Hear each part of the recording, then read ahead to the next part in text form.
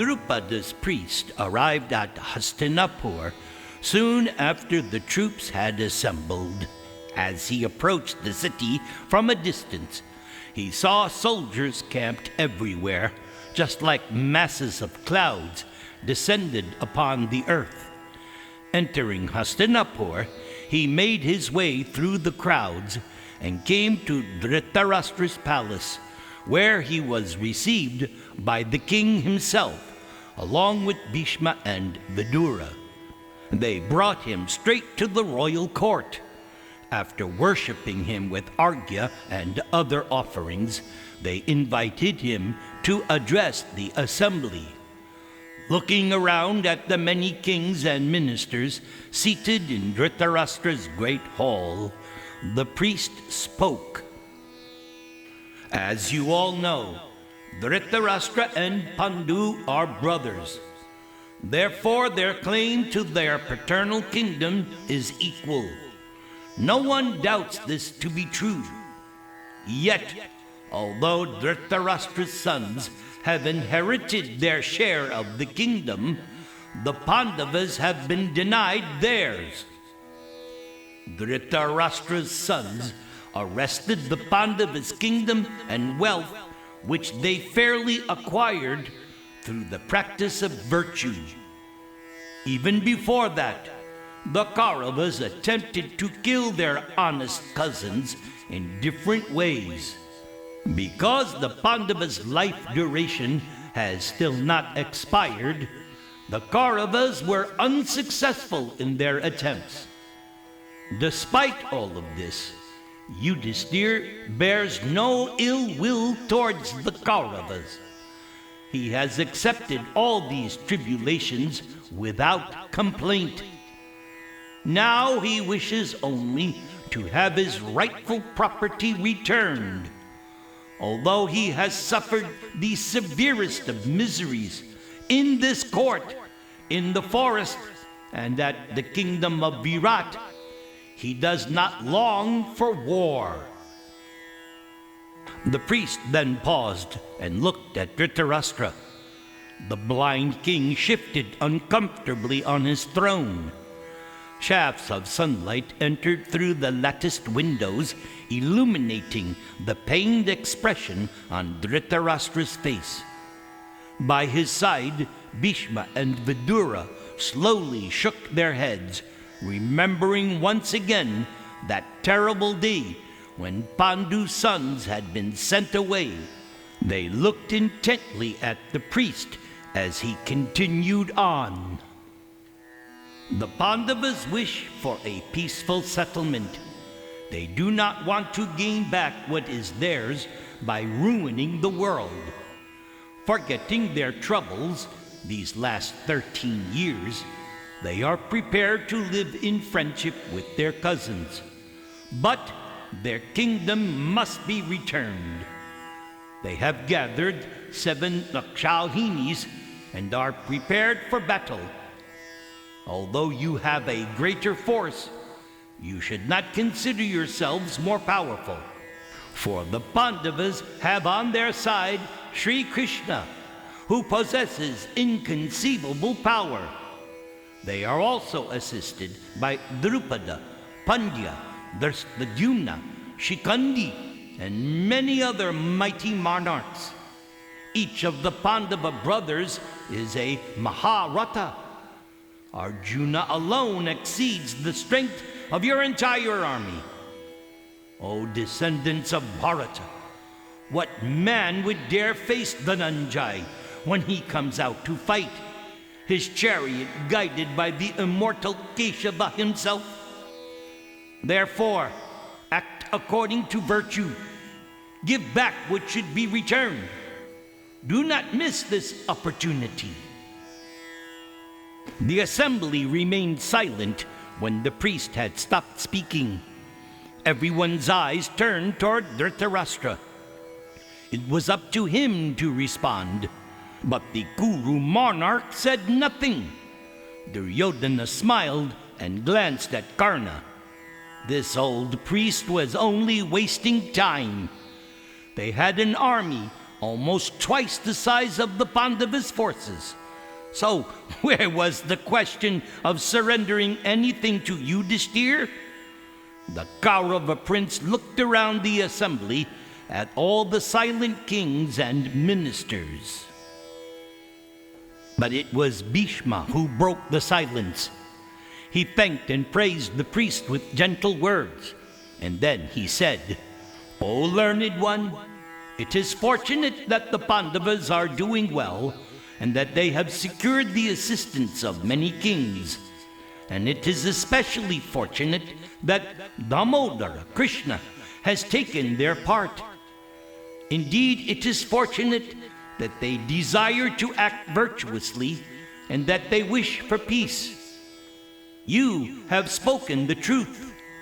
Your words are sharp, in keeping with your status as a Brahmana. All the Pandavas have borne many troubles and are certainly entitled to their father's wealth. Why, not even the holder of the thunderbolt, Indradev, could keep that from them, what to speak of those bearing the bow. There is little doubt, as you say, that alone Arjuna can defeat our army.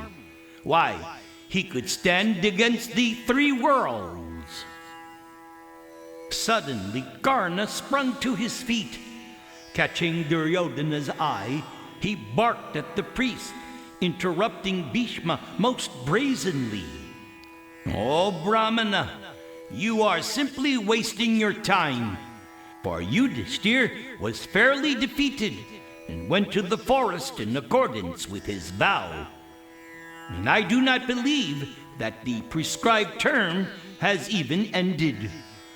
Why then are the Pandavas demanding their kingdom?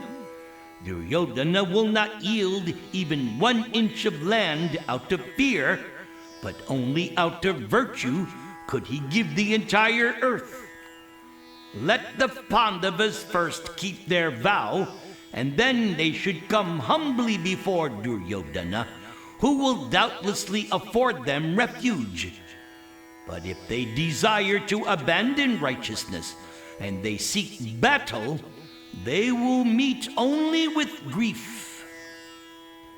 Karna glared. Both he and Duryodhana refused to accept that the Pandavas had fulfilled their vow. They did not believe that Bhishma's astronomical calculations were correct. According to their own estimations, there was still a few months left. Duryodhana would not even consider negotiating with the Pandavas. The prince nodded in agreement as his friend Karna continued to speak. Then Bhishma turned towards Karna.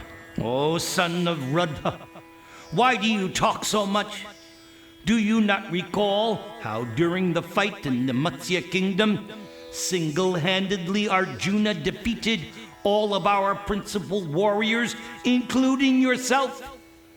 You have seen his prowess often enough. If we do not do what this Brahmana says, we will all be killed." Some of the kings present agreed with Bhishma, while others praised Karna. The hall buzzed with voices, and Dhritarashtra raised his hand, indicating silence. He rebuked Karna, and then solaced Bhishma. Then he addressed the assembly. "In my opinion, Bhishma has spoken well. He speaks for our interests and for the interests of the entire world. But I need time to deliberate. Let the assembly be adjourned. O Brahmana, go back to the Pandavas and tell them that I shall send Sanjaya soon with my reply." After the priest had been worshipped by Dhritarashtra's court Brahmanas, he left the assembly.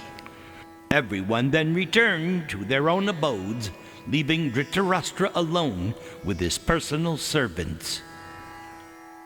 The blind king pressed his hands together.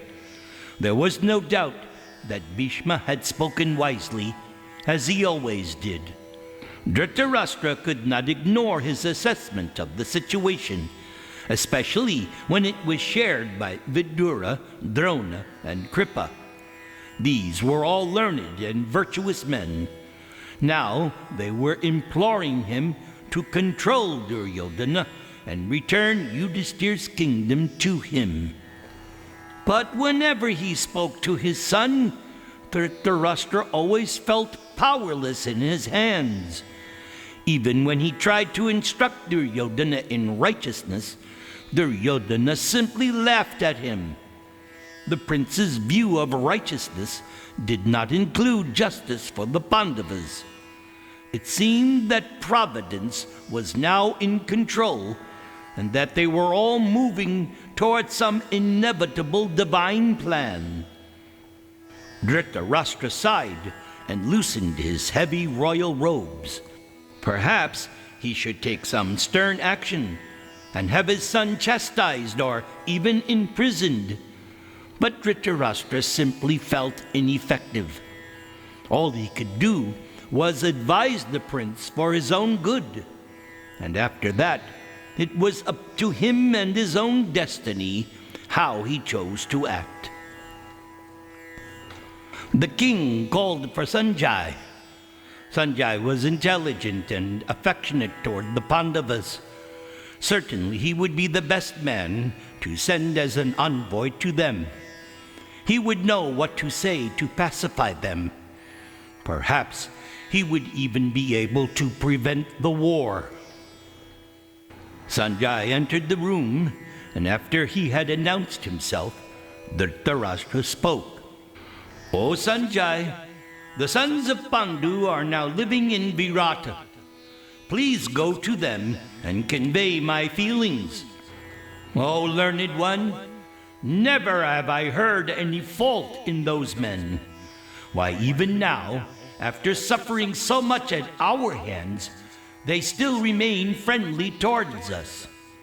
They act only to acquire virtue, and they never fall into ignorance, folly, or laziness. Those heroes have conquered their senses, and they live only for the benefit of others. They have no enemies other than that great weak-brained fool, my son Duryodhana, and the even still meaner Karna. Duryodhana is strong only at the beginning of his endeavors, because he is so given to indulgence. Still, he thinks himself capable of robbing the Pandavas of their rightful share. Who could hope to stand against Yudhishthir, Keshava, Arjuna, Bhima, Madri's twins, Satyaki, and the other great heroes? Indeed, Arjuna alone, with Krishna guiding his chariot, can subdue the three worlds. His arrows fly in clouds, roaring like thunder, and sweeping away everything in their path. Dhritarashtra now thought about the upcoming battle again and again. He knew his sons did not stand a chance. Although they did have a bigger army, that would not be able to stop the Pandavas, assisted as they were by Krishna, from winning. Dhritarashtra revealed his fears to Sanjay. No one can hope to conquer Krishna. He is always victorious. He is the best of all men and the Lord of the worlds. With Krishna's support, I am certain that the Pandavas could stand against the entire celestial host headed by Indra and Mahadev. Just Krishna and Arjuna together have already shown their power at the Kandava forest. So what then can we expect when they are united with Bhima and the twins? Oh, our army is finished. The power of the Pandavas is inestimable. O Sanjaya, let me tell you about the other kings who have rallied to their cause. Dhritarashtra had already heard from his spies about the situation in Virat. After listing all the kings supporting the Pandavas, he again turned to the discussion of Krishna. Yes, it was Krishna he feared. Just see how easily he had slain the mighty Shishupal, Naraka, Kamsa, and many others. Surely Krishna must be Vishnu incarnate. Thinking of Krishna's power and Vishnu's deeds in the former ages, I can find no peace, O son of Gavalguni. Perhaps the only person I fear more is Yudhisthira. I do not fear anyone as I fear him. He has long practiced austerity and dedicated himself to virtue. Whoever receives his wrath will be consumed like a reed falling into fire. His cause is just. That also frightens me. Therefore, Sanjaya, go now on a swift car to that high-minded Pandava, Yudhisthira, and speak affectionate and kind words. Tell him that I desire peace and will comply with any request he makes. Inquire after his welfare and that of his friends and followers. Say whatever you feel appropriate in order to promote the interests of our race. Do not speak anything which will give rise to hostility. Without offering assurance that the Pandavas would regain their kingdom, Dhritarashtra gave his own message to Sanjaya and then asked him to leave at once.